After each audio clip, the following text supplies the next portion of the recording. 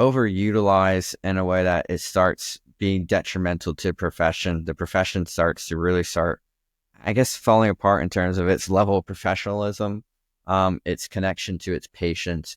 I feel like the pharmacists, who are in retail settings, just absolutely, they have heart attacks, they have strokes, and their corporate leaders, they don't care.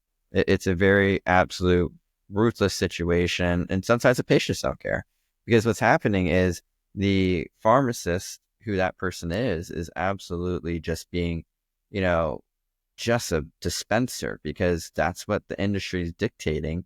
Because for this dollar per hour, you're able to get this much, because the shareholders are able to get this much, and the patients fall through. And I think that's a big thing. There's so many nuances that are just there that need to be, there's nothing AI is going to figure out, because if you're not connected to your patients and you're not asking the right questions, you're not really working through here. You're doing a disservice. And I think the big part with this pharmacy is be able to bring back pharmacy. Hello and welcome to the Smart Business Owner Podcast with your host, Schubert. Hey everybody, welcome back to the show. This is Schubert with the Smart Business Owner Podcast, and today we have somebody really, really special. We have no other than Dr. Paul Jackson. Dr. Jackson have a very interesting background. He is a pharmacist, a realtor, and now the owner of a printing company. So, Dr. Paul, welcome to the show. Thanks for having me, Schubert. How are you doing today? I am doing fantastic. It's Friday, and I can't complain. Having a good week? Having a good week. Keep successful. A lot of tasks done. Very, very good in terms of progress. I'll put it that way. Progressive weeks are good weeks. Awesome. You are one of those entrepreneurs, and we're going to get into that. I have a very unique life, very, very busy, and very broad as well. So let's dive right into it. Your background is unique when it comes to entrepreneurship, and it's almost as if you were born to be an entrepreneur. So can you walk us through how did you go from being a realtor into transitioning into a pharmacist, and now owning a printing company? Give us the brief notes. No worries. I do have a lot of different licenses and certifications. So one of them, starting after the beginning, I guess an acquisition of those was an assisted living administrator license. So be able to run assisted living, then be able to go through and using my some more, I guess, history on myself, using my PharmD to do collaborative and, in other words, prescriber care agreements. So at a level where I was working in skilled nursing facilities, assisted living facilities with other physicians at a mid-level area, and then going from there and adding on specifically real estate. I've learned that there was, in life, you don't always know the circumstances you're going to be given. And so a big part of it is to have diversity. A lot of people put a lot of faith into one area, and God can show you, and the devil can show you other different ways that makes your life a little bit difficult, and you need to be able to move forward and be able to pivot quickly. And so I've built up a skills and set from there. I definitely then pushed into my professional photography skills too. So I do have a very high-end set of camera equipment, and I do also photo events for that. And it kind of all combines together. I think the big part of this is the ecosystem I built with this was real estate requires photos and it requires videos. Right. I have drone experience too. And so I was able to take my skills from droning, photography, and real estate, put them together so I could network with other realtors and be able to provide them with photos and able to go and do those. And I navigate out to event photography too. And then if you have photos, you also need them printed. And so having a printing business is good. So I'm going to develop into there, there's different opportunities that you're handed and be able to work out well. And then again, I've worked in sterile compounding. I have kind of moved a little bit from that, but was also doing that almost full time in the meantime while doing real estate, my photography, my printing, and going into there. So getting to do that. It's you need a little bit of sleep, but not too much. And so going forward with it, I built skills that match the things that I do and complement each other. And it's nice because as you're building more businesses, you have more capabilities. So if I need photography of my products, I can do that. If Right. I need painting of my building, I can do it. I like to be a jack of all trades, so to say. One, because you kind of understand what's going on. Right. And two, you're able to put in a level that you would like yourself. And three, you're able to also appreciate sometimes the small things. And four, I have to say, it lets you be able to really make sure you're comprehensive in a way, so to say. Yeah, it sounds like, you are very comprehensive. I mean, whenever I meet an entrepreneur or somebody that transitioning from one industry to the next one, that tells me that that person is really smart because a lot of time different industries are very, very different. For example, real estate is very different than pharmacy. Pharmacy is very left brain oriented, very detail oriented. Real estate is more about the big picture, it's sales and people. So whenever I see things like that, so as somebody that's using both sides of the brain, you have the left brain and right brain. So you are one of those guys, that's using both sides. So that's amazing. Did you started as how did you what was the first thing that you started out with, and did you start with real estate or did you start with pharmacy? I know the printing is new. Pharmacy. Yeah. So pharmacy was to kind of give you an order. Pharmacy, assisted living, real estate, photography, and then getting into more specialized pharmacy, and then printing. That one's kind of I guess the icing on the cake, so to say. What would you say the thing that enticed you to make that transition from pharmacy to real estate? I think a big part with real estate is that it did not get, so let me premise this, is that there are people who jumped into real estate a couple years ago. I am a broker associate. I have put in the time, the effort, been many years into this. A big part of it is that it's always there. I didn't jump in the last 3 years because of the boom. I've been here for many more years than that.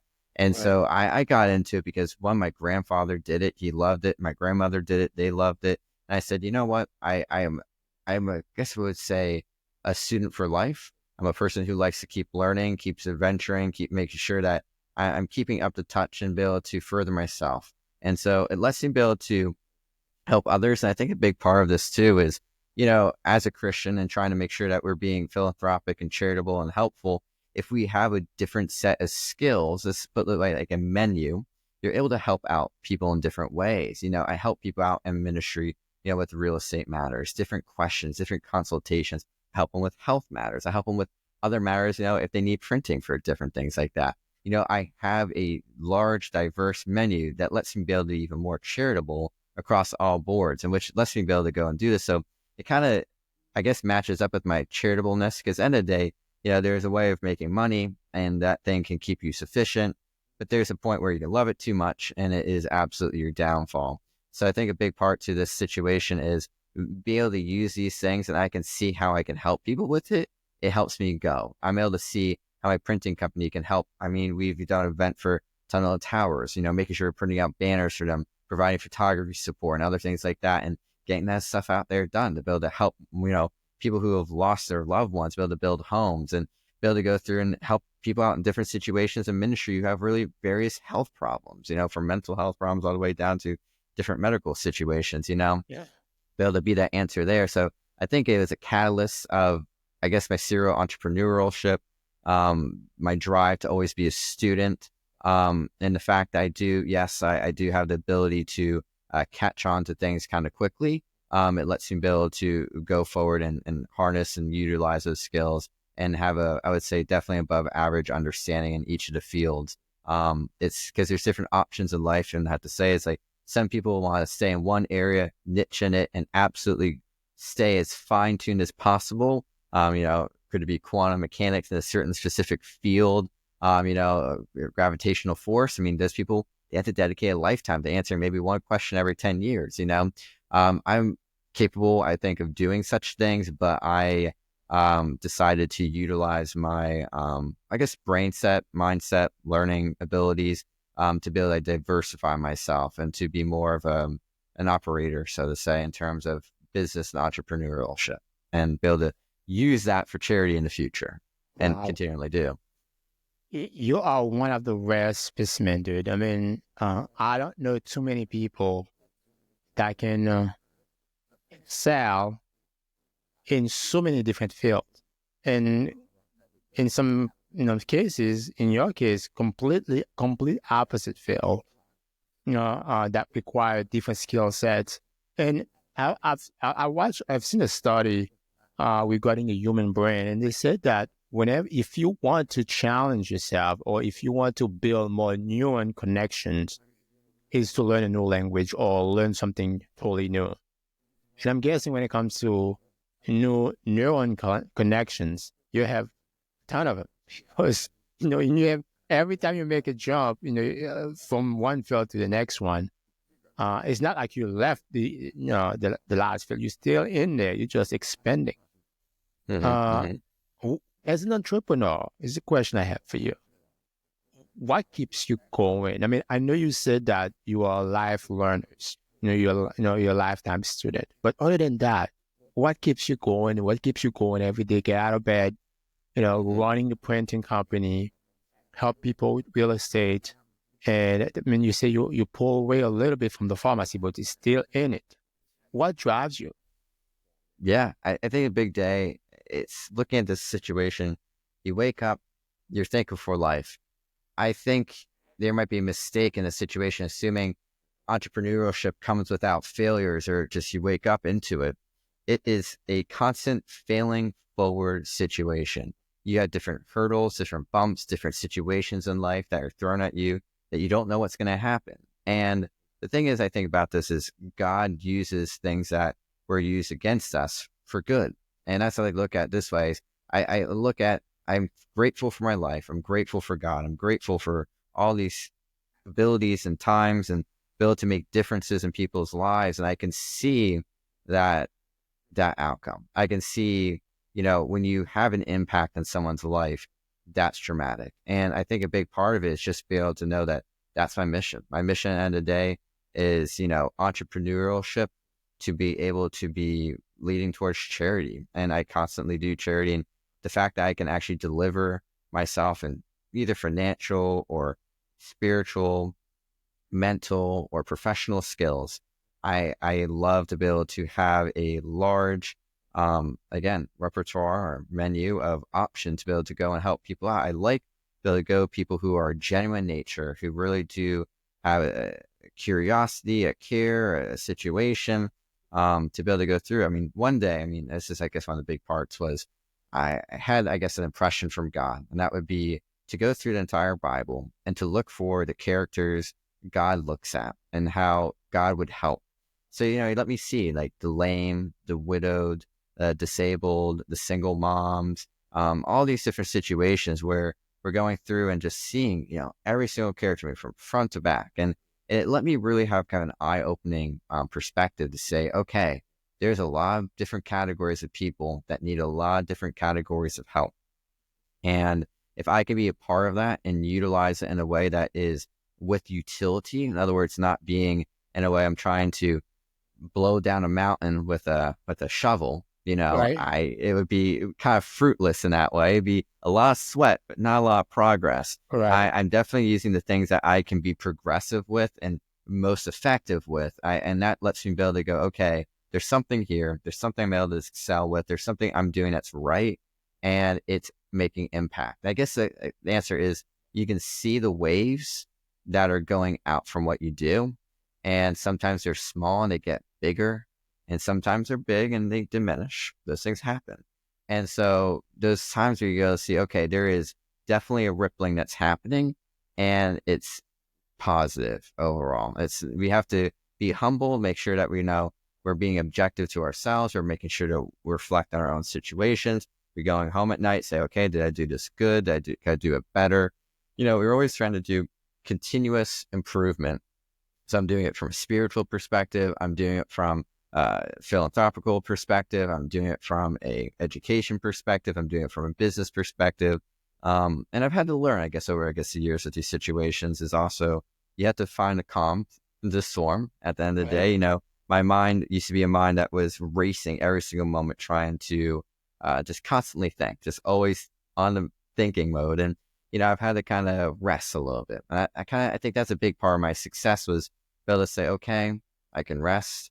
I let the brain take care of it when it needs to take care of it. Right. And that kind of alleviated some pressure, so to say. And so sometimes, I guess a big part of being able to do something like this, you need to be able to manage your time well, be able to Right. utilize people around you well, in a good manner for effort. You definitely my employees, I'm able to utilize them in quick, fashionable ways, lets me be able to do something even better that I'm more specialized in. So, you gotta make sure that you're keeping constantly in a way that lets you be able to be the most useful. And I think that's important to be able to see with this stuff. And, be able to rest, I guess, is a big part of actually success. And if you can't time manage and rest and in the moment, I think that's the key what I'm trying to say is if you can't rest in the moment, it's going to burn you out real quick, real Yeah. hard. Burnout Yeah, is a real thing, especially in the medical field. Uh, when it comes to men of science, we've seen, I mean, there's something you mentioned here. You mentioned God quite a few times. I mean, obviously, I've known you as a man of faith, but obviously, your faith is very, very important to you. I can see the cross in the background, and you mentioned that quite a few times. Usually, when you see people that are deep in science, they tend to minimize God. They tend to not talking about God so much, and they tend to try to explain out everything they do and everything in nature. But it sounds like it's a different story. And you said this is your mission, having getting involved in all those different fields other than medicine. Pharmacy is your mission, and you relate that to God. Can you talk a little bit about your faith and how did you come about having a relationship with God, and how does that intertwine with your mission as a professional? absolutely. I think, being in a person that, has a gifted mindset, let me be able to humble myself pretty quickly to realize that I am one, not a creator. I did not create myself. I did not create the universe. I did not create, most importantly, the laws of, entropy and gravitational forces and other different laws that are out there that we're not even aware of yet. And those and how they work together Yeah. is a very large thing. I would have to say one of the biggest parts from this is, God is the best answer to understanding our reality. And a situation is that we have to be able to answer, where did this come from? Where did this hamburger that was well put together? We have to admit that there are condiments. There was ketchup, that there is lettuce, to say the trees. There is meat. There is buns. It was put together in a way that's conveyable and able to be able to say, okay, there obviously was a person who was a chef here. And I think that's a big part is you go, okay, let's humble ourselves, realize if there is a force that is greater than our own, it's going to be leaps and bounds of unbelievable powers and numbers that is going to be beyond our comprehension because we are thinking in a physical meat suit, so to say. We have neurons that have limitations. We have biochemistry that dictates a lot of our biases. And that's rough and it's tough to be able to say, okay, am I the most unbiased observer in this universe? No, I would not say so. I had to say, compared to my peers, we can see that we are able to observe these things. But when we look at this, I see, okay, the odds of being able to tune a universe to specifically how it's able to function, not fall apart and turn into a giant black hole, into a giant explosion again. We have these things we have to answer. There's a beginning, it's outward and it's stretching out. I'm Right. a person who does believe in a long earth, so to say, situation. I believe God is able to really put things together and send them forth and be a creator and make it get to where it needs to be. I have to go and appreciate that because if you didn't get gravity specifically the way it is, if you didn't get light waves the way they are, electromagnetic waves, if all these things did not interact, hold together, manifest, and work together, it would just fall apart. I mean, the odds of this happening are over 1 to 150 is power. I mean, it is unbelievable. Then I think the best part of this is saying, okay, the fact that we have music, we have paintings, we Right. have beautiful, beautiful animals. I mean, there are some things that are just in nature that, I mean, the fact that I can take this wheat and be able to turn it into a cake, Right. it just is very hard for me to wrap my brain around and say, wow, this is a little too intricate that I can have a birthday party because I'm having here a cake that has this wax that has able to emit this light that have warmth. So I'm able to go through and work with all this together and listening to music. The fact that we have actual air to conduct these things and be able to work through all this, it is a little too hard to say by just randomization, it was able to manifest into such beauty. And that's the part where I go, it's a little bit higher than 1 to 153rd power, Right. just to be able to hold the universe together. But to make it the way it is and so unique, the odds of it not being so in a way is hard. So I understand the agnostic point where you want to see things happen in your life to be able to go and realize it. But I have to say, look around you.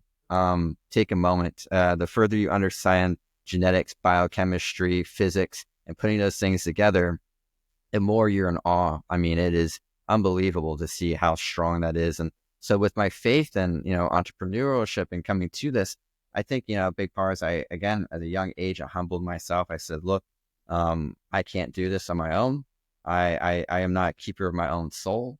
I'm a person who is able to go forward and trust that there is a creator greater than I, and I cannot see any other character that has entered on earth like Jesus Christ, who has been true, good, loving, reputable, and able to actually be proven beyond an unbelievable doubt. There's no historian that has any credibility that would say that he did not come and exist. So he does pose a challenging question. If he says what he said is true, that he is the way, the truth, and life, not only through him, but through the Father, I have to go and examine that. I have to go and either believe in the resurrection or I don't believe in the resurrection. Because if this statement is true and there's no other person who's been credible and through history and able to go through and do these such things, I have to go, okay, I have a ability to either prove or disprove, and everyone has the ability to go and do that. I'm not going to slam the other individual. If they investigate and they feel it's not there, that's for them. But I do not see any character that has come across that did not seek of power, of high kingship. We saw this man who is a God who literally had a kingship, basically accepting to be king via the worst way possible. He was draped in robes. He was given a crown of thorns. He was paraded through the streets wearing his cross and was there before the people instead of all of his glory, there in his humility. And so I got to have a king that I could see, wow, this was sacrifice like no other. And so that's for me. I say, call me sacrificial, call me in these situations. If it lets me love others and make sure that I'm doing that forward, that's where I'm at. And I love it. And I'll be able to go forward and say, there's a character none like him. There's a reality none like this. And this is where I'm going to go forward. If I'm wrong, okay. At least I lived a life where I'm able to go forward. But if I'm right, at least I get to spend it with the Father. Well, that's amazing. I mean, I can see and I can feel your passion, when it comes to that topic, when it comes to spirituality, because it's always great to see a man of science believing in God. And I do believe in God, just as much as you are, although I'm not a man of science, but it's always good to see that, God is still present in the mind of a lot of scientists, doctors, and so it's good. Now, when it comes to you particularly, as I said at the beginning of the conversation, you are special, Dr. Paul. Somebody that wants to be the next Dr. Paul, the realtor, the business owner, the printer, what advice would you give somebody that looking to multitask or to getting involved into different industries? Sure, sure. I think the big part of it is looking at the opportunities around you in your environment. Don't push beyond what is probable.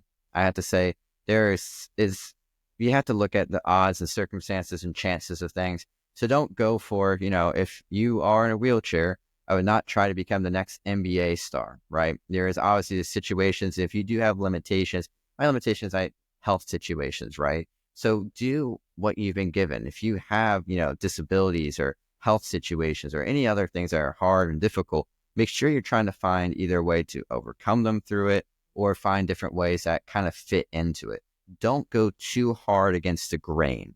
That'd be the big part of it. If you go too hard in the grain, it will wind up cutting you down quite quickly. And you don't want to cut yourself off too quickly to the point where you've lost most of your energy because you failed. I think the other part is you need to be a person who's able to understand failure is a part of success. If you can't understand that failure is absolutely the keystone to success, it's going to be real hard. Every entrepreneur who, unless they had amazing blessings and won, a lotto, the situation is there was a lot of sweat that happened into it. And there's risk that's involved into it. Don't put yourself in a situation where it is absolutely going to devastate you. And I have to say that and a big key point. There's a lot of people who are willing to go to capital-venturists to go fund things up and to make sure we acquire as much debt as humanly possible so we can progress as humanly quickly as possible. I'm not into that mindset. I'm into grow it, make it happen. I did painting. I did photography. Those things are very good at making quick cash to be able to pour into a project. If I want a new lens, go paint something. It gives you $1,000. Go buy your nice lens. Be able to go then do a photography gig that can give you $800+, whatever you need, and repeat it, to go through and do these things. So making small investments, utilizing these things, if you want to be a rich individual, find the things that basically people don't want to do and aren't doing that pay a decent amount of cash. There are people, things that blow my mind. People say, oh, I want to make money, so I became a pharmacist. I'd be like, no, that is not the way to go about it. There are people who are painters who make more money to use a pharmacist. They make $75, $80, $100 an hour, and they're painting. And they never came out with debt in the situation. You're servicing debt as you come out of school along those lines, unless you're privileged in the situation where you could. But the point being is those people, they don't have any costs involved. Besides a vehicle and some insurance, you're good to go. And now you're able to start generating money because as a pharmacist, you need to take 6 to 8 years for that to click into, right? And so if you did 6 to 8 years making $100,000, exactly. And now you come out with debt. Yes, you can make 100,000, 150,000 usually at the most high end, so to say, with the average being 126, depending on your area, but you can do that painting day 118. And that's a very key point. But I go, okay, wow. Like if I had that and invested it properly and I were to fall in a market, like we see this market going from 13 to 33%, let's say on average. And, you were to invest half that money and it compounds over, you could literally be a millionaire in 6 years. And it's unbelievable, 6 to 8 years. And you don't need to go super above and beyond. You just need to follow almost indexes and go from there. So, don't be afraid. I think the biggest thing, don't be afraid of failure. Don't be afraid of getting dirty. Don't be afraid to, go and do the things that might be a little bit more challenging, but realize the power of a couple dollars. Because sometimes you need that couple dollars. If you want to be a commercial real estate individual and to go landlord, you need some cash to get going. Take the moment, get some investment. Exactly. You need to see it and see it yourself, because then you get to see it. You can pull and ask and stuff like that. And sure, ask for a little bit of money here and there. Nothing that you can't give back. Make sure you want stuff you want to give back, obviously, if you want to. But the idea is you want to make sure that you are really, really making sure that you earn this in a way that lets you really feel, measure it out. And so, get enough to get a down payment. Go from there, leverage it, and keep moving forward. You said something here. I think it's very important. And I read a lot of books on the topic of success, and I've heard many different quotes, but I never hear that the key to success is failure. I never hear the way you put it out there, and I think it was so powerful. That was so great. A lot of time when I'm doing this podcast, and I'm usually looking for clips, where I can put on Instagram that I can, bring awareness about the podcast. And I think that was no, this one was it. And also, I think there's a lot of other ones, in our talks here today. And I'm sure you're not done yet. Uh, let's talk a little bit about location. Location, the name of your real estate company, a very unique name. And as it's described, is the brokerage built by agent for agent. How has this philosophy impacted your work as a broker associate, and what sets the location apart from the rest? Yeah, definitely. I love my brokerage. It's a wonderful group. I mean, other brokers that are just amazing, wonderful individuals. I mean, how I got started with this situation, I ran into failure yet again with the previous broker in a situation. And due to that, it let me grow bigger and better. Sometimes we always want to hang on to what we have, but sometimes we need to have the shoes kicked out from underneath us to be able to actually start running, because realize those shoes might be cemented in the ground and you're not progressing there. Right. And the idea is until those shoes get snapped off your feet, then you start walking forward. And I think that's a big part for location. It has just a massive impact on just individuals. I walked in there. I went to Jonathan Lickstein, wonderful broker. I said, hey, I'm considering this brokerage. I said, slack the Florida regulations on the desk. I said, I want to go over some things. I said, I want to double check this, look at this, I went through all those things. I investigated. I looked through every single little part and facet and business of what he's doing and matched up to regulations. And he's like, I want you. I'm like, and he's like, and he went through and he answered it perfectly, went through the stuff, articulated his answers well. I said, this is the place. He knows what's going on. He's not getting too much into the gray. He's absolutely doing the up and doing the best, because I got to witness that. And a dirty little secret about real estate, people don't, I thought it was like the medical profession. I didn't realize the real estate profession, there's such a significant amount of lying that occurs. And there's a lot of gray areas that people trip into. And it's just, I guess, lying your way forward. And that's not good, because you're going to wind up in the dirt soon. But people get away. I mean, there's people who I know are like, 30 years industry veterans, and who are just like, the way you've conducted yourself in transactions is scary. It's stifling.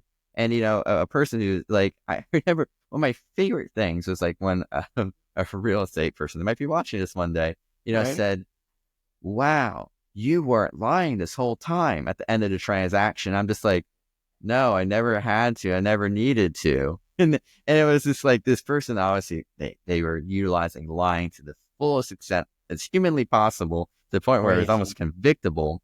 And it just was astounding to them. It's like, you can do this business with integrity. And it's hard to kind of see sometimes those things happen. But it's a shock. And so that was a big thing for me. Like, I like the fact that location absolutely is about agents being able to be independent. It's not via, I'll put it this way, you're not forced into an identity. I think sometimes there's these companies, and I never do to any of my employees, like, there is value besides charity. Be charitable. All my employees, everything, like, charity. Here you go. But other than that, I mean, it's these values get shoved down on people. Like, you are these colors. You are wearing this suit. You're doing these specific things. And there's a point where, yes, it's good to have a professional outlook. And that's the one thing that does, it can happen. There's some people that can fall through the cracks and not be as professional as you would like. But the big part to this is, like, there's independence, but it's not like cult-like mentality that some places have. And that's the idea, is like, I love it. I love the fact that there's a wealth of information, the fact that I can go and slap laws in front of, like, the managing broker and go right at him and he not blink an eye. I mean, that was a place for me. I was able to go and see this. I love Michelle and at Richardson and all the other people there. It's just wonderful to see the growth that's happening in this company, and just glad to be a part of it. I'm glad to co-let my brokerage where I reside and put my license to park it in, by actively use it. And so if I ever need help, I've built wonderful connections from Nicole Montgomery, my wonderful title closer. I mean, there's just wonderful connections in there. It really makes a difference. I think real estate is one of those things where connections make the difference. And like they say, location, location, location. Yeah, so kind of goes together. Your company. Now, do you is location still full function, or how does that work? I am absolutely able to do real estate. Try to prioritize that. Like for me, I like to take on clients that specifically are, how do I put it, looking for a person who is just taking care of them. Because a lot of people, and it's kind of a situation where it gets a little rough and tough is, I'm not looking to close 18, 20, 40 transactions. There's no way humanly possible. I'm sorry. I'm a person who's able to do a lot of multitasking, but you're doing a disservice to people when you're doing 40 clients in a year. I'm sorry, you're passing things off to transaction coordinators. You're passing things off, but you're not bad at like transaction coordinators. But the situation is, I'm focusing on that client, and that's the thing. You get my full attention. Yes, I'm not able to always do every single thing. I'm not able to always at 1 o'clock on a Monday get there specifically, but I can make sure that there's something there. But the idea is, I have my full attention. No matter what, you're getting my attention. I'm making sure that I'm helping you out. I'm able to, build that connections. Like I understand people in my industry, if someone needs something, I have a greater understanding about buildings and commercial now. It's unbelievable. I'm glad to be able to get more into that field too. So a big part of it is, yes, it's active. I mean, I don't do a ton of transactions, but the people who I work for, they know I'm working for them. And that's the key thing. I'm not looking for other vested interests. And that kind of helps me out too. I definitely be able to provide a personalized service and really a professional service, so to say, versus a McDonald's service that is So quick, it's but not that bad. so it's more quality over quantity. Exactly. That's awesome. When it comes to real estate, what strategies do you use to help clients buy, sell, especially in this new era of real estate? Yeah, I think one of the biggest things is definitely taking together all my skills. I will take, if I'm selling a place, I will take the drone shot. I will take my own photography. I will make my own brochures for you. Like I will make your $400,000 listing look like $1 million listing in terms of presentation. I'm not going to upsell or make something over embellish. It's going to be what it is. I'm not going to falsify anything, but you're going to get $1 million treatment. It doesn't matter if I'm never going to go and treat a person better because they have a $200,000 listing versus a $3 million listing. I'm never going to change my ways in these situations. Everyone is, I believe, across the board. I think that's a big thing from this. Respect. You respect everyone who comes through those doors. You respect everyone who leaves those doors. And I think that's a big part to this, is be able to make sure that you're able to have integrity, you're able to tell the truth, you're able to get an overall system. Like sometimes you might get some photos or things that are not done or right. I make my own floor plans for people too. I mean, I'm delivering a full package where I'm able to concentrate, make sure it gets done, and know it's the right things that hit right and hit hard. And, making sure to advertise in the right spot. Real estate is one of those situations where you can just chug money out the window in the advertisement and it goes nowhere. But that's the thing. If you picture it right, and I think the biggest part is, I think, honesty in terms of the listing too. I'm going to do a good job to capture it, present it in a factual, well-off way. And I think that's the big part, is I'm making sure to get very comprehensive details. I'm getting the background, I'm looking into things. I'm answering questions attentively to people. I'm staying engaged with individuals, and I'm realistic. I think there's a thing I would like to teach every real estate person. That is, just because you're desperate to sell a place or something like that, don't hard sell someone, because I care about people. And there might be in a situation where you can force people into a sale, so to say. You can create different strategies to do hard sales. I think people are pretty familiar with hard sales. Like if you walk into a timeshare, they'll create time is of the essence. Look at the value. They get to the point where they're dragging you through. And I never will do that. I will be respectable enough that I will do my best for my client. But the thing is, let's say I did this. My client's really desperate to sell. Someone came in and I'm just grabbing the right opportunity and I'm able to push the right buttons. I'm able to get them to sign a contract, right? It's never going to do anyone good, because here's what it comes down to: inspection, closing. There's something that would happen that would cause it to not work out. And both parties are going to be out of money, out of time, and very upset. And that's the big thing. When I look at people who go through the front doors of my listings, I look at their face. I see, do they love it? Because if they don't love it, chances are it's going to be a less solid situation. You need people to be able to say, this is my house. And it's like, you're not just a real estate agent to just launder money, flip deals, get things done, and I don't know, be a scum agent, so to say. You're a real estate agent to make the right meeting of minds, and you're making this happen. And because it's a success story, you're putting someone into a situation where they're going to be paying 30 years of payments and the different economy situations. You don't ever want to take advantage of people. And I don't think any homeowner would want to take advantage of someone. If they are, sorry, I don't want to be your client. I don't want to work with you. I want people I work with have integrity. And I love that. They understand, yes, if there is a single mom in this situation, that they're going to make sure that they help them out extra. Like, I love my clients. My clients are people who are just wonderful individuals where we get a good price and stuff like that. And we get it done, and we get it done quickly. And that's the thing, is like, sometimes you're too eager. And if you're too eager and you jump too quick at the first thing that bites, you're gonna lose the fish sometimes. Because I put it this way, if the you gotta be patient. It's like fishing. Exactly. It's like fishing. And the thing is, if the right person comes in the right situation and it's a match made in heaven, sometimes it doesn't even work then. So the point being is, you gotta make sure that you really be a good discerner and not an overseller. That's the way I can put it. Do you service a lot of other medical professionals just like yourself, other physicians, pharmacists? You know what? Pharmacist, but no, I mainly help people in ministry. I'd say ministry people who are just know me and stuff like that. I think this is it. It's just word of mouth. Like, people know who I am, the quality I do. So they go, yeah, I want Paul to take care of this.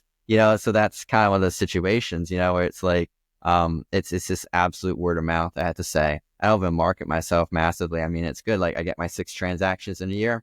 I'm happy at the end of the day. I mean, I'm good. I've done it. I'm able to go and focus on the exact amount of time I need for the people and get it finished. I mean, that's how I kind of work out with it. That's great, man. We have entrepreneurs like yourself that are very, very famous. Taking guys like Elon Musk. He's one of the serial entrepreneurs that is super successful out there. Actually, I think he is the richest person in the entire world. A few months ago, I don't know if he's in the race between him and Jeff Bezos. Sometimes Jeff is the first one. Sometimes he passed Jeff. I think he's ahead of Jeff now, because since the election, Tesla stocks has skyrocketed. I think it's up 30-40%. So one thing he mentioned in different interviews is that he segment his week as far as which company he's gonna focus on. So some days it's Tesla, some other days it's SpaceX, and when he used to run Twitter, some days would be Twitter. And I believe he also have a Starlink, that satellite, phone company, internet company, internet provider. He still run that too. Do you do the same thing for your week or for your day? How do you segment your time to make sure that you are effective and productive? Yeah, I absolutely do that. Like, I absolutely make sure that there are certain weeks where that my after hours, so say, would be dedicated to more printing or more real estate or more photography or more whatever I can to go and do that. Or for more pharmacy. That's how it kind of works out. Is I absolutely will keep a theme, so to say. Like, for instance, this theme is, there's different seasons. We're printing massive. This is a massive, huge, wonderful, amazing, successful business. And so I think from this is, you put kind of like stocks, so to say. How people look at it this way: if you see Tesla's growing, put more money into it. Try to follow that alpha, so to say. And so when you see that alpha value going up in stocks, people try to, the beta value versus alpha value. When you see that alpha, go for it. And I think that's the big thing is, if you have different diversities out there, choose the ones that are growing, choose the ones that are worth it, choose the ones that are able to be better utilized, because there's different seasons for every industry. Real estate isn't always going to be the same day one from day two. I'm able to go through and, if I need to back it down a little bit, I back it down. So I back down real estate a little bit and put more into printing. I think that's a big thing is, I am market sensitive, and I'm also utility sensitive. And I'm also, making sure, because I'm, in partnerships with people, my wonderful partner, Ryan, with the business, this is something that needs a lot of help, a lot of care, a lot of attentiveness and stuff like that, because it will produce an amazing amount. And that's the amazing thing is so making sure that this thing is, multiplicative, so to say, that's a big part is put it into the multipliers. And there's a different stage because Elon's at a point where he's made, I don't have, $20 billion market cap companies. But that would be something I would follow too, is like making sure that you are taking that time to go there. I think a big part is also making sure you're accessible. I have to say one of the big things I've seen from, I would call failed entrepreneurs who are successful, but they fail their companies. And I know those people who they're just not within reach. And I think that's a big part is I hate to see when like owners are not reachable. They're not able to work with their employees in a well-off way. They are on vacation mode. They are on different modes. Your employees are part of your family. And I think the big part of it is making sure that you're able to really take care of them and making sure that they count. I mean, they too have lives. They're not just something you can just utilize and use and throw out.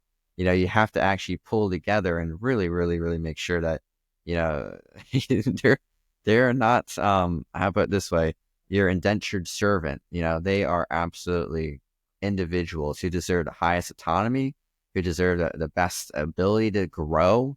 And I think that's a big part of it is, to be a real entrepreneur is to make sure that you are also invested into who makes you work too.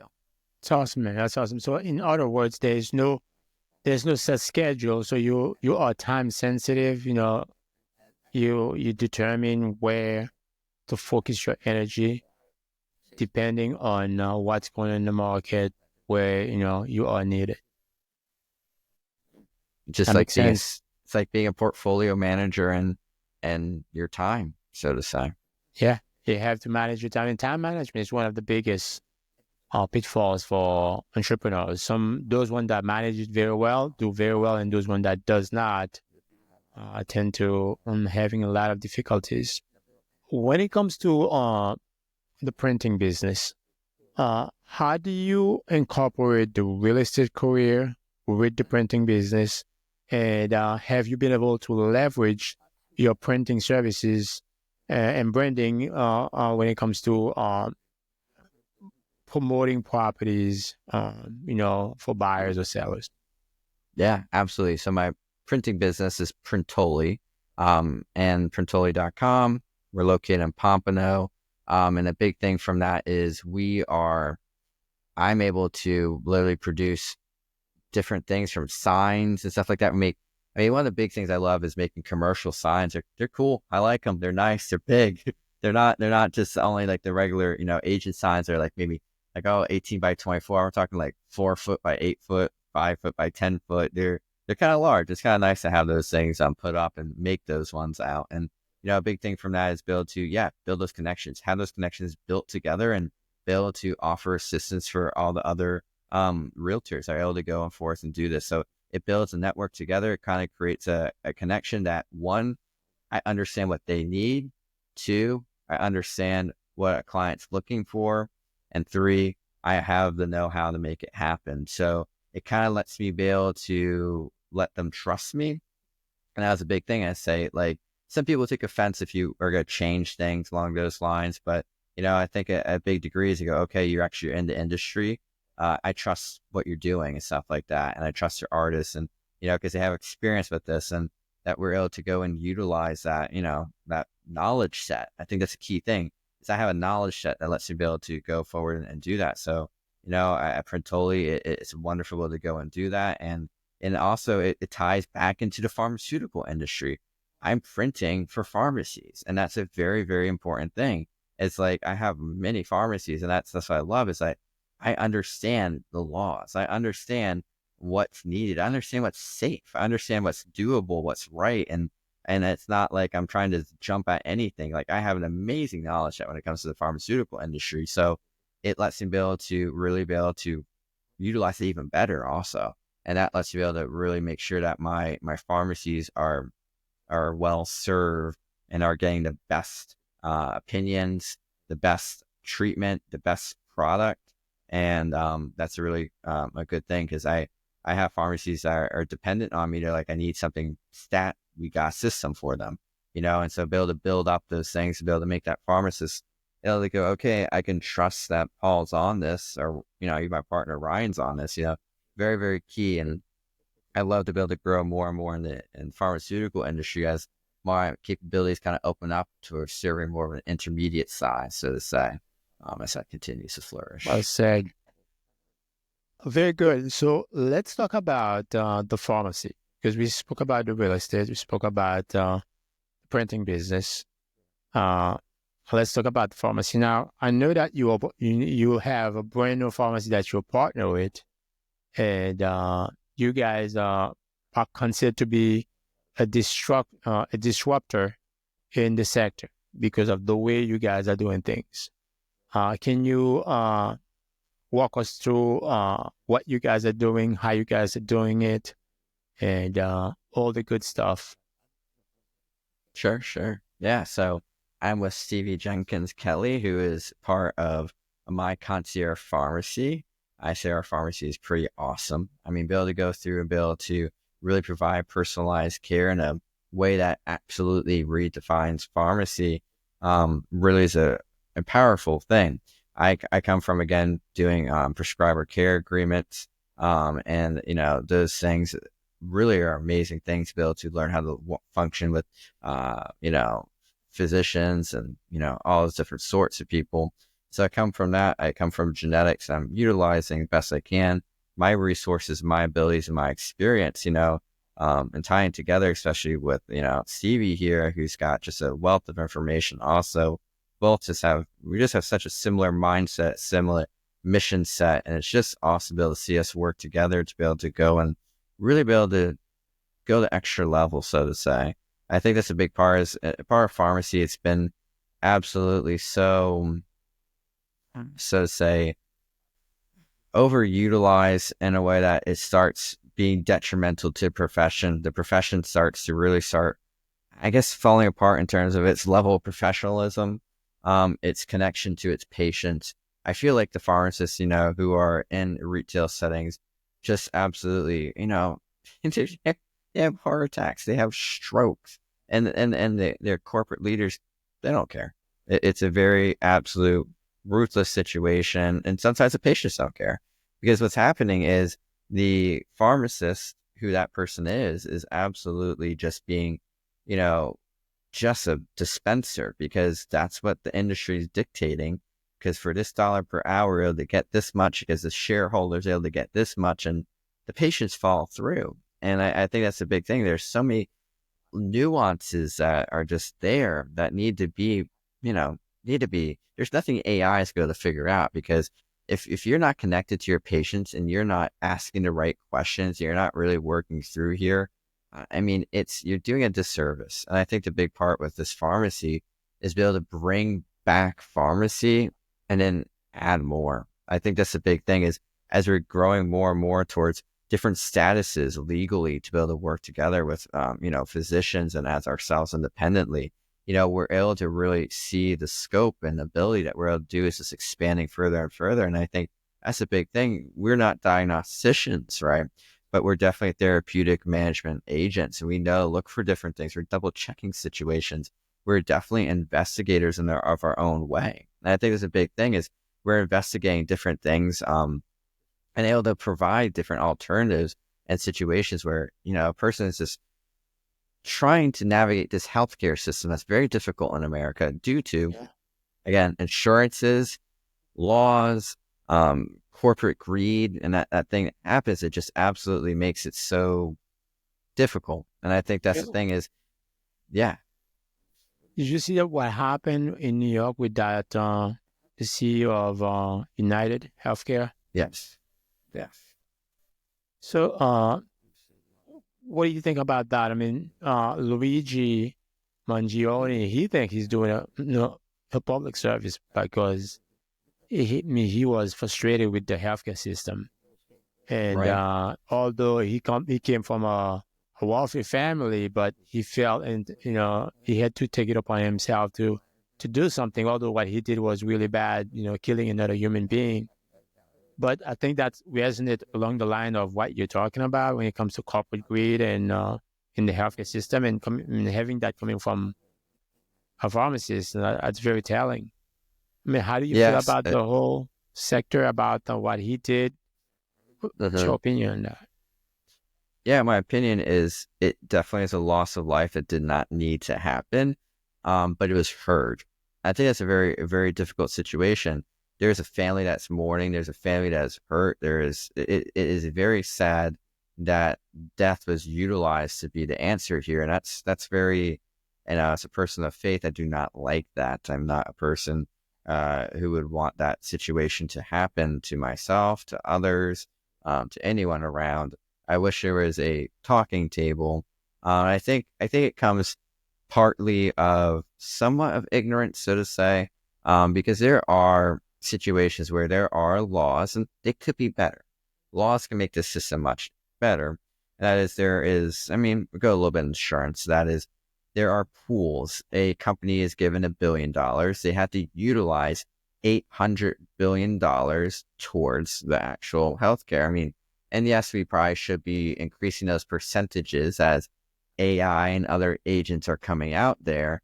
But yet again, there's two sides to this. It's the insurance is incentivized in a way to operate, to get more individuals, to get a bigger pool, because they get a bigger pool, they get more operating funds. And those more Right. operating funds let them, do what they want and how they want to disperse it. It's their For profit. 20%. Exactly. Now again, it kind of, it's in a way, it's kind of funny because it is technically like capped socialism in a private market. It's very odd if you were to think about it that way, but it is absolutely a capitated market where it says you can't earn more than 20% profit, which I think is the right thing to do here.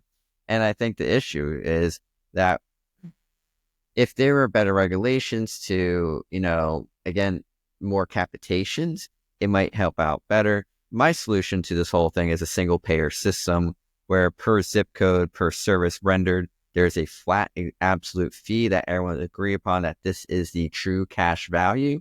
It would work out because insurances have to battle scams all the time. They have to battle people who are greedy. So insurance is actually will pull back money for people who do wrong things. So it's kind of odd. It's like at one hand, they will not let a heart surgery go through. They'll call up in the operating room and say, is this being paid for? And they say no. And then they get the reimbursement back in the Pelosi day, right? And so the situation is like, okay, well, those are difficult times and we've moved past those, I hope. They still sometimes have their different ways of rearing their heads. But the big situation is we have to kind of look at it from a very unbiased way. Let's examine as best we can. And I think the ignorance is that churches try to get scammed all day long. They'll be submitted codes for amputees that never happened. They'll be submitted for cancers that have never happened because there is a greedy set of people who want their Ferrari payment, who want their Malibu vacation. So they'll go and bill for a $30,000 thing that never happened because you can bill for it, passes a clearinghouse because you have the credentials, and you get the money right in your account, clickety split. And so it's if you don't have an ethical backbone, you might be intelligent, but you don't have an ethical backbone, you can fleece the system. You can test it out, see what you get away with, see what happens. And that's what people do is they get a little too greedy and it happens. Insurances clamp down on it. So they are also enforcers to actually protect people. And people don't realize is if these greedy doctors are pulling away money and stuff like that, and these greedy pharmaceutical industries are pulling away things too much because, it was some sort of interesting decision where they've arrived to their pricing, it's not too bad. The insurance companies are negotiation points. And I think that's the key thing is if we can put good regulation on the insurance, they are a safety net. But the repercussion is there are values and things set that kind of, I would not say have the best utility dollar for dollar. And so the people, they don't see this. They don't see the insides and outs from both ways. They go, you are absolutely causing an atrocity. And the reality is there should be more of an outrage to the people who regulate this. I have to say, honestly, this death was a political outfalling. It was because not enough politicians were on the sides of the people. They were on the sides of lobbyists. And because those lobbyists had the special influences from special groups that have money, that is what caused the situation to occur. Because basically, I have to say, out of ignorance comes rash decisions that are a justification that matches the means of that person's insights. And It's it's kind of crazy. it's a rough time to be through. And I think I liken it to a very light version of times that happened in France.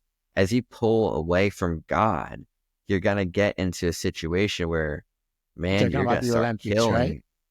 Oh no, that's Olympics. No, no, no. I'm talking specifically about the revolution, going through with Oh, all the, 1789, oh yeah, we start pulling away French and Revolution. exactly, a little, one of those ones. I think this was a liken to that. People, there was a way where they saw that there's this fat pig and must slaughter the fat pig, down with those situations. And, again, there is different perspectives I have on this situation, and that was a little more extreme than what's going on here. But people might call towards revolution to be the answer when politicians aren't doing their job. So, in my opinion, this death could have been evaded if a politician was not so in the hands of a special lobbyist. And that would have been the way that person's life would have been it. So on the irony and the hypocrisy and the kind of the situation is these groups of people united use these special interests and these special lobbyists to get certain things done. And because they've done these things and made certain things happen, and there was actual laws that were going to be passed that kind of got squandered in a way. That was it. So simply that it's actually from the actual hand that was using to feed them was the actual thing that, in my mind, was the actual consequence, causing the people to have a misunderstanding. And because of that misunderstanding and using those groups in a not good way, it ended up in a death. And I think that's a misfortunate handling of what power can do. And if you use power in the wrong way, this is what's the repercussions of it are going to be. Yeah, I mean, we all heard it. Power corrupt. A lot of good people get into politics and then they become corrupted once they get into power. So it's sad. There is a new book. I think it's about maybe 6 months old. A medical doctor wrote. I think the title is "Medical Lies I Told in Medical School." Have you heard of that book? I definitely heard of it. I have not read it yet. Gotcha. Yeah, I mean, I haven't read it either, but I think it was an interesting title from a medical doctor. So it's kind of like what some of the things that you are saying here. I'll take a stab at it though. I would like to Yeah, put on please that. go ahead. I definitely have to say, be a good discerner of all things, I think above all, because there are situations where there's a lot of people are going to say a lot of sensational things, but what are they really feeding you? Are they feeding you a frustration of their own? Are they feeding you some sort of situation where they're overblowing it? I mean, there are times and situations where I have to say, for the big part, there's always been a distrust of the medical industry. I want to put this in the minds of people on this platform. There are people who are in the medical industry, in the pharmaceutical industry, that have this thing called a family. And they go home at night and they have to go kiss their family member goodnight. And they will also receive certain medicines, certain vaccinations, and they're the part of the ones who are creating it. And they are not going to go, you know what? I think I want my family to have cancer tomorrow. If they need this thing, I'm going to make sure it is tainted. And I think that's a big, and that's unfortunate. It comes from a lack of education and understanding and a continuation of conspiracy, because if you don't continue the conspiracy, it all falls apart. Imagine that. But I think a big part is that people think that there is some evil henchman. I think due to Hollywood, I think there is a Hollywoodization and dramatization that there is this evil person in a lab coat trying to make something happen. Meanwhile, like you go into these actual places, they have beautiful families. They actually want to go home at night and kiss their children goodnight, and they aren't doing it for millions and millions of dollars. The people who actually create these things are paid averagely well. I mean, and so because of this, they're not walking away like, oh, now I poisoned the thing, I'm gonna get more business. No, they do not sit there and go and do that. And they actually really do care about people now. Are there times where they get smart and wise and try to go, oh, if we put a new diagnosis code, we get this?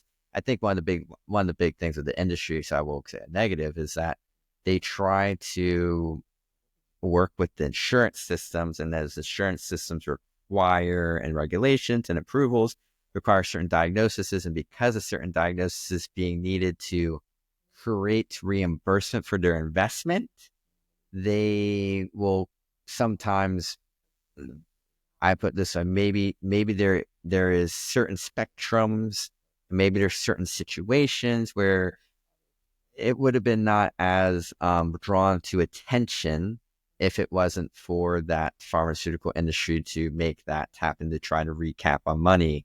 And we create new labels. I think there's too much ironic. I like making labels, but I'm not like making labels of people. And I think what this situation is that due to the way the pharmaceutical industry has to handle insurances and the way that lobbyists have set it up, it causes them to be quite innovative in the ways they work. And so that's kind of, I think, more of the things that people don't really see.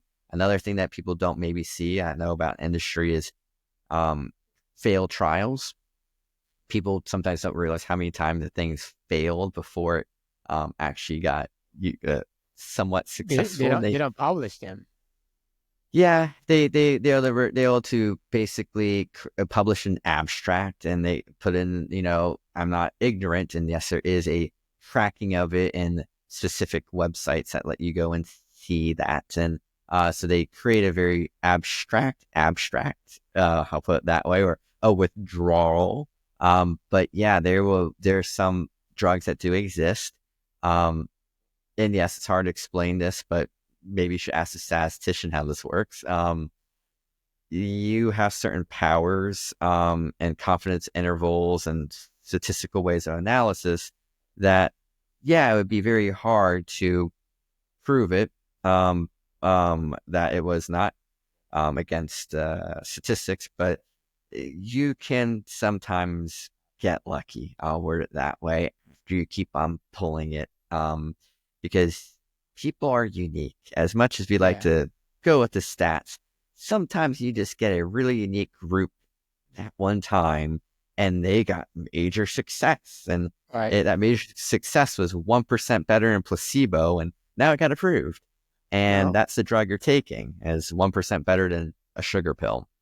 Did you see that article that stated that there was a longitudinal study that was done on all the mental health drugs, such as Zoloft, Prozac, all these things, and the statistical effects, as far as how effective these things were, they were similar to the placebo effect. Did you see that article? Yeah. And I have to touch on that one. I have to say, I kind of disagree with it. Because of this. Why? Here's why. This is an industry I'm in. Actually, it's pharmacogenomics, right? So there are different people who have different receptors in their brains, and they have different amounts of serotonin, and they have different, gut receptors and work with different cannabinoids and different endocannabinoids that go in the body. There are situations that make people so unique that, and I think this kind of goes back to exactly why my concept of pharmacy makes so much sense, is that these physicians, because of insurance, have less time with their patients because they have to prove they're doing the thing that they're doing because of some bad people saying that they're doing what they're doing, but they don't do it.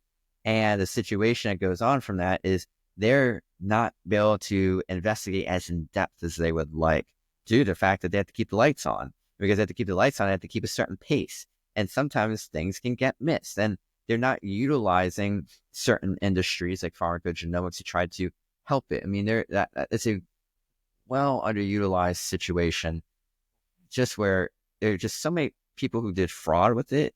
Very discouraging. And that caused such a hurdle for it to get to be a very standard of care. But I think this is an important thing is if you can go and see, SL64A, there's different receptors and stuff like that, CYP2C19, 2D6, where people were either under dosed or they're overdosed. And, and I think there is a big part of this is these pills are a way of managing counseling. That's the only way I can put it. There are certain pills that are good for people that do help. They're like maybe I would say in a car, maybe men can understand this a little bit better. There's this thing called nitrous, and you ever see that Fast and Furious, they hit a button and it makes it work better and work more efficient. That's what Right. these things do, is they kind of give you better grip when it's turning, or to give you better acceleration when trying to get better. They are never a thing. You got to realize mental problems aren't just besides certain conditions like depression, you're not going to give a pill and magically erase a person's socioeconomic situation. You can give a person a pill and they're still going to be poor and starving. So yeah, they prove that they're not effective. But we realize that they are to be, I put it this way, a tool that can help counseling, social economic situations, spiritual situations too, and all these different things. I mean, people really do need a good relationship with people, a good relationship with God. They need to be heard. They need to be listened to. They need to be able to have a way that works out. And I think that's be able to make sure that they have the tools that they have to go forward with, because the pill's not going to tell you what to do. And so the pill is just going to go in that way. So I say that study, the reason that shows that is because it's the failed support system is that way. And so people are willing to take a pill, but they're not willing to put more time and effort into it because, quite frankly, you're depressed. If Yeah. you're depressed, what's going to make you go find counseling better? You're not going to go to a counselor. And so that's the thing. So there are these things called confounders. And in my opinion is if these medicines are utilized correctly with the right genetic profiling, with the right counseling and the right dose. I mean, again, I don't know how much I can legally say on that, but I think there should be better studies on lower dose antidepressants that can be just as effective if done in the right way for the right person. And I think that's going to be a thing because, for instance, I'm going to give an example of this is a person has anxiety. Sometimes some physicians and some psychiatrists will write for 20 milligrams of Lexapro. And that is insane. It is going to go haywire. A person, the first couple of days, they're going to have such a serotonergic surge. They're going to be like panicking and they're going to be freaking out. Amazing. Sometimes they'll get hospitalized. And sometimes they're like, I'm sweating. My mouth is dry. Like you're throwing them into serotonin syndrome almost. It's just, it's insane. And it's like, oh, well, sorry, I didn't realize this is like, yeah. And that goes back to insurance, goes back to lobbyists, goes this whole cycle that's kind of kicking itself in the, in the shin, so to say. But I think this part is, yeah, there could be a lower dose and a different way of having support out there. And I think f- that's a big thing from it. I feel like the nation was sick and COVID activate the craziness because mental health exploded and still is when COVID happened. When people were living in isolation, they were not able to be with other people. I think it's anywhere from older folks, younger folks, middle aged people. They just went haywire. I think COVID did not do us a service when it comes to mental health in this country. No, it was an absolute, my opinion, it was a research project that should have Yeah. never happened, that has a dramatic effect and does not have um, there should be, I would say, consequences for individuals. I'm not talking death penalties, but I'm talking that there should You're talking be about Fauci. I'm talking about everyone who is involved. Whoever was involved in it definitely needs to, I think, have faced some persecution in a way that is true, just, and not extreme. Because I think millions of people, and we just came out of the study. There are people with 6% long COVID now in this nation, which is insane. So there is give it, some people will say, a biological weapon that was underdeveloped, and it was able to really cause disability in people due to their treatment of a thing as though they're ignorant. It doesn't exist anymore. It's a mass disabling agent, in my opinion, and that's a very sad thing to see, is that you Crazy. don't sometimes see the repercussions of things 5, 10, 20 years later. Just like you eat a whole bunch of hot dogs and grease and everything, you're not going to have a heart attack tomorrow. It's Yeah, going to doesn't take a happen minute. immediately. It's going to take a minute. And so I kind of look Yeah. at it that way. It's that I wish people understood that, we need to be considerate to others. If we're sick, stay out of the public. If you're sick, wear a mask. It's a courtesy. It's just like you wouldn't cough in your hand and then shake someone's hand or rub it on their face, would you? And I think that's a big thing, is that we need to have an understanding. Seat belts are very good for when you're driving cars. If you're sick, wear a mask. I mean, these things need to be more common and less Let me pushed ask you away, this. so to say. What do you think about RFK Jr.? I mean, he's joining the Yeah, new administration. I mean, if confirmed, he's very critical of the pharmaceutical and the medical community. How do you feel about him? I think, I do not like the politicalization and the medialization, if that's even a word, uh, of people. I think sometimes people are mischaracterized, and I feel kind of sad about that. And there's, like, I would say, glam articles done on people. There's a lot more narrative to say. And I have to say, I feel very sad that I wish news was more honest. And I would say In there's a those lot more media? talk. Yeah, the news media industry. I think they're trying to sometimes sell certain things, so to say. And because of that, uh, it doesn't create meaningful conversations. You're being told something, but that conversation is not happening. And so sometimes, like, I want, like, Face the Nation or something like that. You're given like a 2-minute platform, and I get it. We don't have all the time in the world, but I think I like Joe Rogan ideas and concepts and podcasts where people are sitting down and are talking. And I think news should be more like BBC, Reuters. It's more objective. It needs to be more investigational. It doesn't need to be so sensationalized. I think the thing, it needs to be very educational, but not, re-education, so to say. And so there's good agencies like Reuters and BBC who, for the most part, put out very good investigational journalism. I wish there was more investigational people, but they are kind of getting slammed out, so to say. People don't want to support independent investigators anymore, sadly. Secondly, I really think that we need to sit down and look what a person speaks like and talks about and talks like, because it's just rough to kind of see sometimes the mishandling of people. So I have to say, RFK, though I might disagree with certain things, and it might make my life personally harder with the representation he has and understanding that he has, I still have to take the goods and the bad from everyone. I still have to say the good thing from him is that he is going after, let's say, additives in the food that are not needed. Absolutely. I am first. I mean, as a pharmacist, I might be rare to say this, but like 95% of the problems I deal with are not pharmaceutically relative. They are lifestyle choices. They are food choices. They are exercise choices. They are mental health choices. They are spiritual choices Things that that does not affect the person. need drugs to be treated.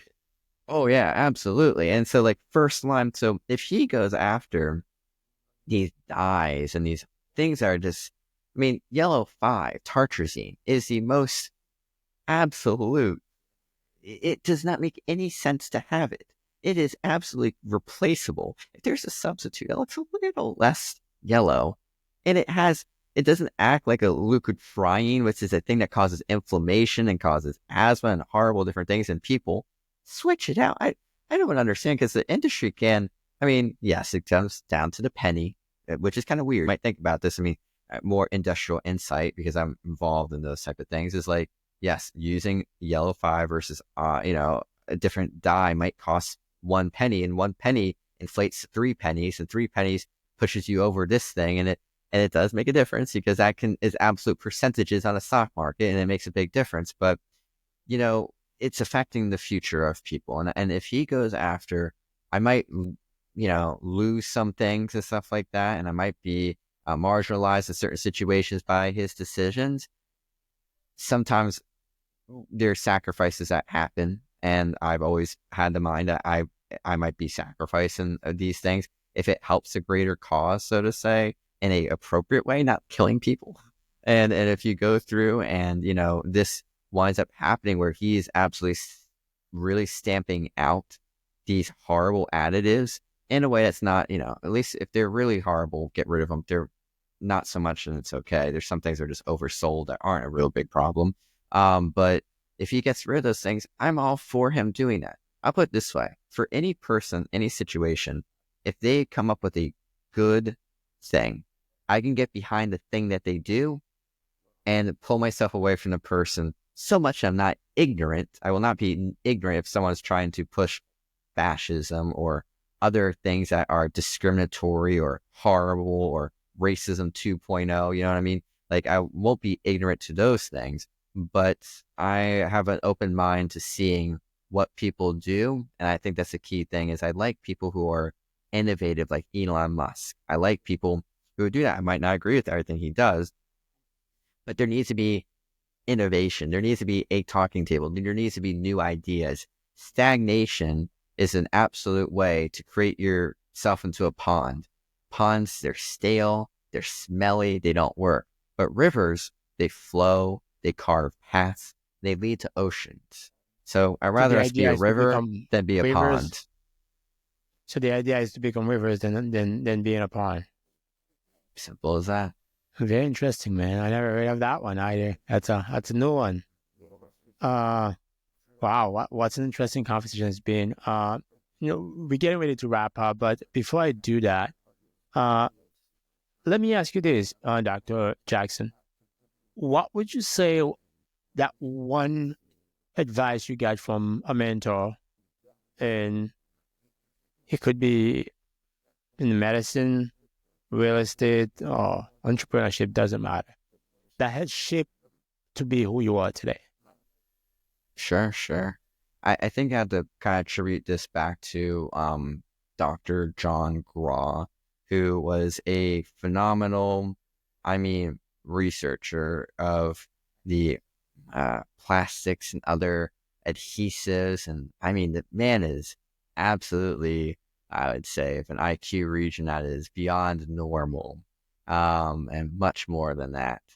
He is a very abstract thinker.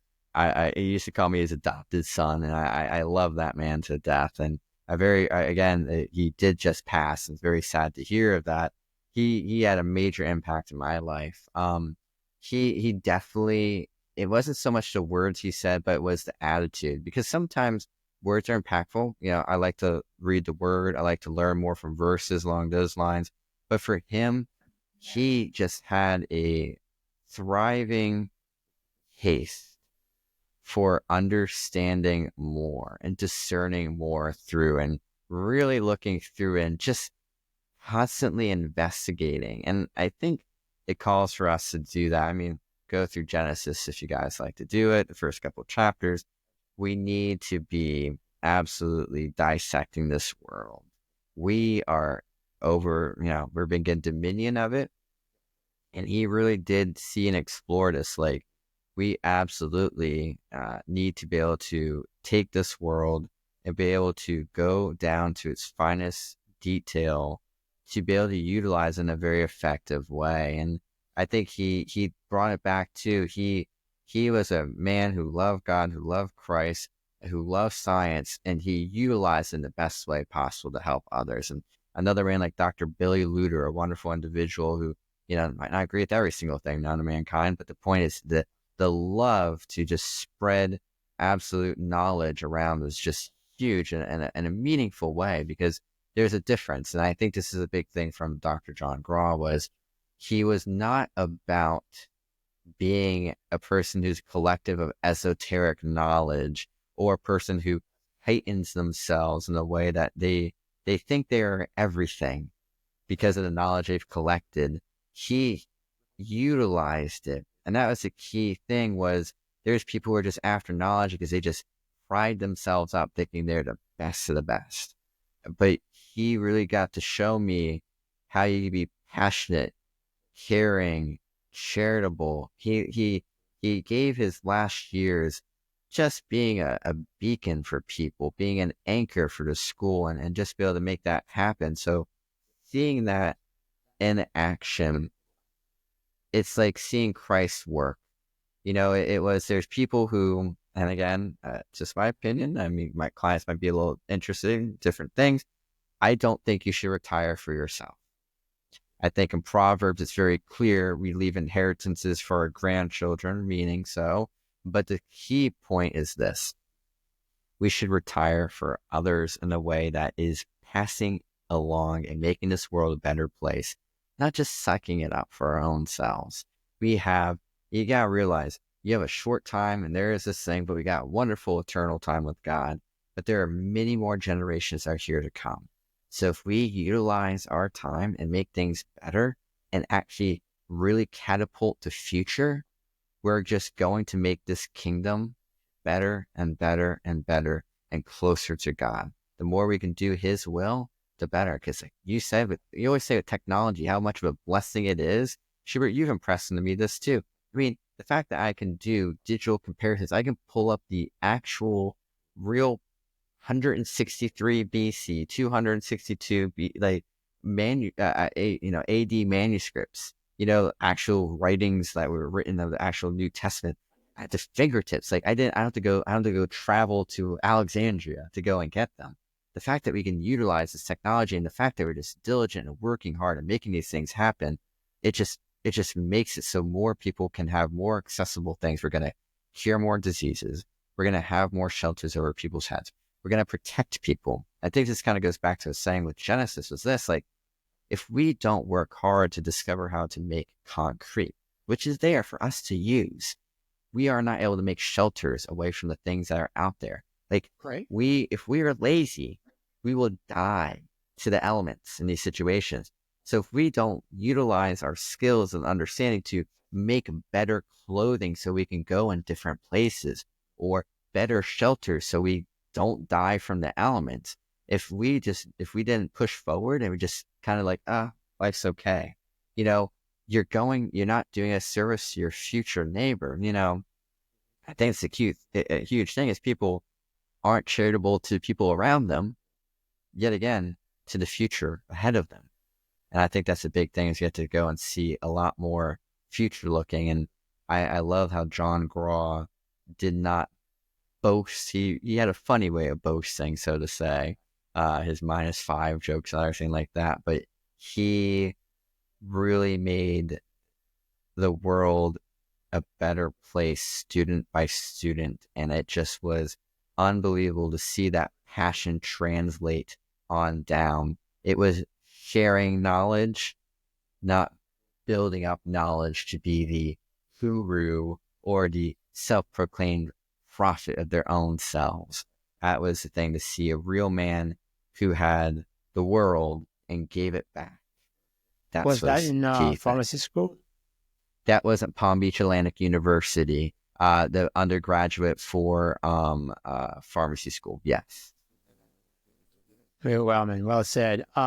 If you could go back in time and give an advice to the young Dr. Jackson, the young 20-year-old Dr. Jackson, of course, at that time, you wouldn't be a doctor yet, but what would it be?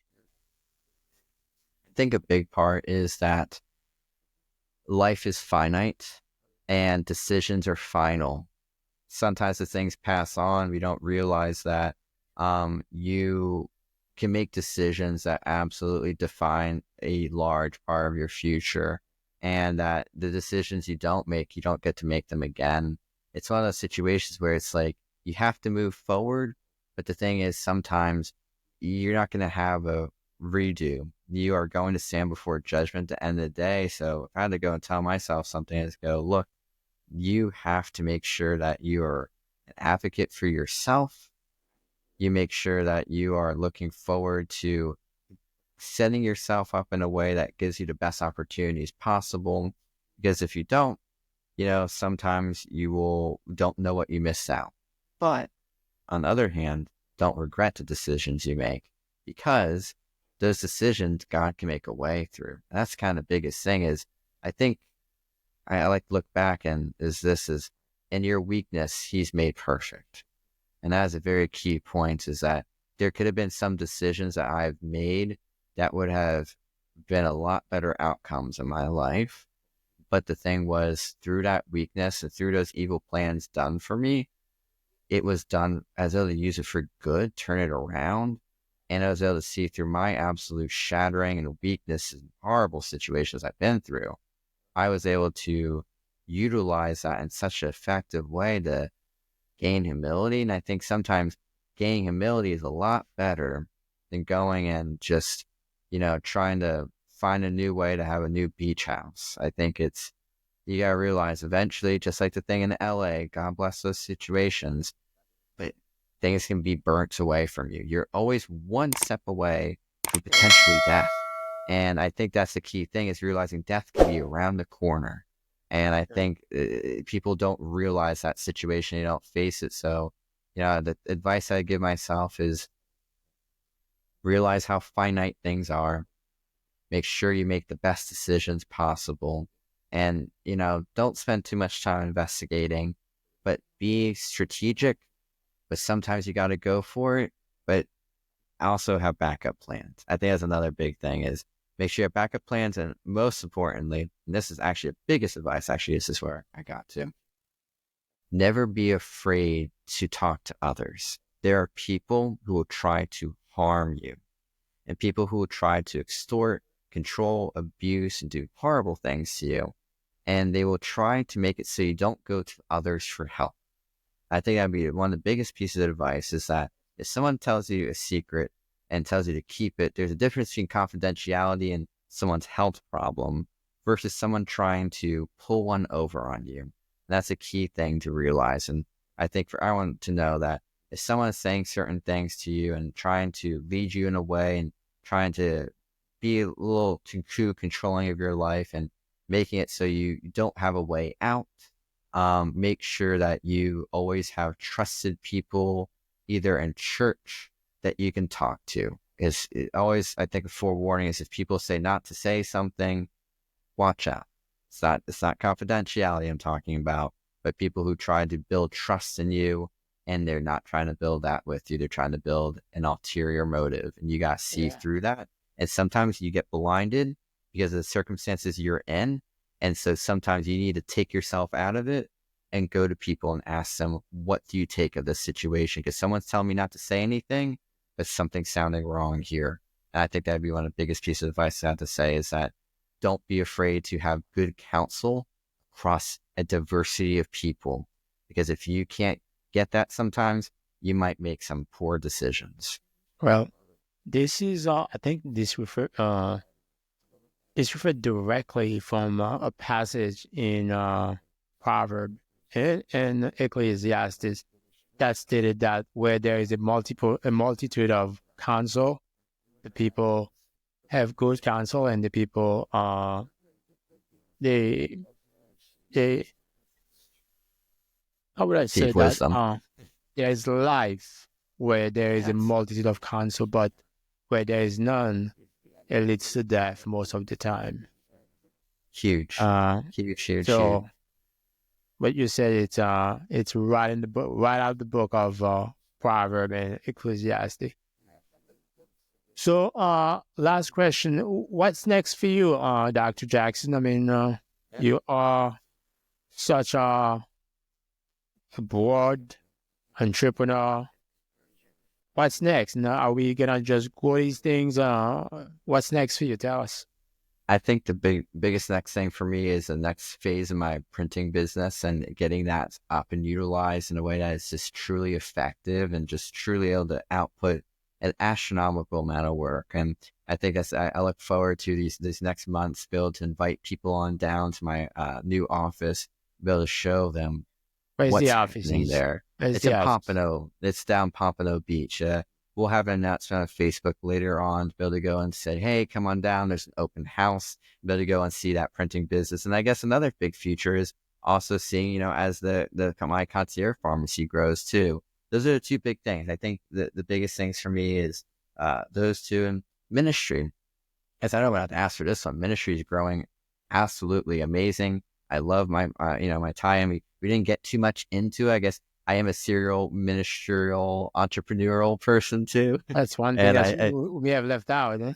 yeah, I forgot about that one, but I guess it just naturally comes, so to say. But yeah, so I do a lot of ministry, and so that's growing huge. So I say definitely look forward to different announcements, events I might be having in my concierge pharmacy, or coming down to a different opening at the printing business. Those are two big things that are very huge because I have a lot of plans and phases and growth and things, and just I can't wait to, support more people, because one of the best things about I like the printing business. It's kind of a weird thing is the best part about printing business that people don't realize is you get to live success with your clients. Just like the pharmacy business too, you get to see them Ready? get better. And the printing business, you don't realize like you are intertied with so many different businesses. You're vital to them sometimes, and quite often a lot. And the thing is, you actually get to see, you get to work with their success, and that's a very huge thing. And it's very wonderful to be able to, I think, support businesses in that way. Because if you do a good job for them, they go home and all their employees do better too. So work with good businesses, do good for them, and it just will multiply out, because it's wonderful to see just the help it provides for people, and that you wouldn't be like, you're just printing stickers. Like, I mean, it's unbelievable how impactful they are, because, I didn't understand this industry, how many labels and stickers and everything out there and decals and banners there are. I mean, we do them, and that's a huge thing. And it's like, my God, there is a lot out there that is printed. I mean, it is unbelievable, so to say. It makes you appreciate to be part of that, and in a very large way. Amazing. Wow, that was quite a conversation, Dr. Jackson. We really appreciate you being here. Now, one thing before we get going, people watching the show, especially on YouTube, they may see the book here. Uh, they be probably wondering, that's the second show I think I have the book here. It's no book that I have written. And Dr. Jackson, you read the book. Hmm. Why don't you, tell the audience, what do you think about the book? It's a book about finance. It's not about, about medicine. It's about finance. Can you give us a quick your impression about the book, and so for listeners Absolutely. watching, wondering what that is? Yes, yes, yes. So I think it's really good because it really lets you start understanding things. Because there's sometimes, I put it this way, I don't know, there's books out there who are written by famous entrepreneurs and other, I want to call them financial philosophers. And I think Schubert here doesn't claim to be a philosopher or a claim to fame. He makes it very straightforward. And I think that's a very key thing, is understanding different financial terms, how they apply, what they are, and going straightforward with it in different cases. I think that's a key thing, is understanding these little parts that, you never taught, unfortunately. And sometimes even in finance, you're not taught it, actually. It's not that I was in finance school, but I did see some classes. And I have to say there's some gaps, I have to say. And being a good steward of this is very important. So, I really like to see that book, it remains very, very straightforward. And that's what I like about it, was it was a straightforward, defining understanding of finances and things that, you wouldn't always get, because a lot of times, you might go to a financial meeting and there's some person inviting you from Prime America or whatever it is. And they have, this whole entire slideshow of just hard sales, and it's just so irritating to go through. But this book lets you leverage your own time. You're in the comfort of your own home, and things are defined out. Versus Prime America, it's basically saying, if you don't do this, you're gonna die, and don't sue me. But the point being is, like, that was my personal experience. It was like, you are, I did not have a very good time when that happened. And so it was very, very, very hard. And so I have to say it's a good way to start, but also review some things that if it's like, it's almost for every age, I have to say, from 18 to retired beyond, because there's some things that you might be forgetting. And I think that's a key thing. So it's better utilized for a person to start out with. In other words, if you read it, it's good earlier, because if you do it, you actually understand these things and ask questions, find out and stuff like that, and really make sure you utilize it. It's more effective versus you're 78 years old and now you're working at Walmart and you didn't, understand certain things. That's rough, and sometimes you need a wake up call and stuff like that. And that's a key point. So this can catalyze, I think the best part is it can catalyze further research too. It lets you go, okay, now I understand what this is. What are some specific things I can go and do and actually build strategy into fruition? Because, you can't write in a book everything to do, because if you did, you'd be financially liable for you. And that would be a very bad decision. That book tells you exactly what to do, but it gives you the exact things that you need to look out for and the options out there. And it's good because it's right to the point. And also that would be financial malpractice, because no two people have the same situation. Everybody have a different situation. So having general information, educate as opposed to selling, it's the biggest difference. And I'm all about education. And one thing that I always say, and we're gonna close up after that, is that if you're playing in the NFL, for example, you need to know the rules of the game. If you don't know the rules of the game, two things are gonna happen. First thing's gonna happen, you're gonna lose. That's number one. Number two, you're gonna get hurt, and you're gonna get hurt real bad. So finance is no different. It's the exact same thing. So if you wanna play in the financial arena, regardless if you're working with an advisor or you try to do things on your own, you need to know the rules of the game. You need to know how the games is played. You need to understand the language, the strategies, and that's what I did. Just put all these things in the book and to educate the public, so when they go back and having a conversation with their advisor, they can have a more smarter and ask better questions and know how to spot bad things, because the other part of the book is how to spot, when your advisor is presenting those financial ideas, how to, those red flags, how to spot them. So, but appreciate you giving a review live on the show. That's actually the first one. First time I as a guest to give us a review of the book. So appreciate you, Dr. Jackson. If people want to get a hold of you, how can they do that? Yeah. Definitely. If you need printing, I'm going to lay out a couple emails here. It's Paul@Printolly, PRINTOLY.com. If you need real estate, it's PaulJacksonRealty@gmail.com. And yeah, you can find me on Instagram at Call the Paul, or you can look up on Facebook Printolly, or you can go to My Concierge Pharmacy. That's another one to find me for my clinical services and specialty services. If you need someone to be hands-on, I need to call someone at 8 o'clock at night and make sure that they're okay and stuff like that. I do that. So the idea is, look, like, I'm more than glad to render different services and different things. Just utilize the avenue that I have set up through printing. Use the printing one. Through real estate, use the real estate one. And if you need just general help, just send it through any of those emails. It doesn't make a difference to me. And yeah, that's pretty much the best ways to get a hold of me is via the email, and we can usually have a little meeting after to find out what's going on. Awesome, Dr. Jackson. Wow. That was a fantastic conversation. And folks, I hope you enjoyed this conversation just as much as I have. Dr. Jackson, thank you for being here. See you on the next episode. Thank you, Schubert, for all you do too. God bless. God bless you. You've been listening to the Smart Business Owner Podcast. See you in the next episode.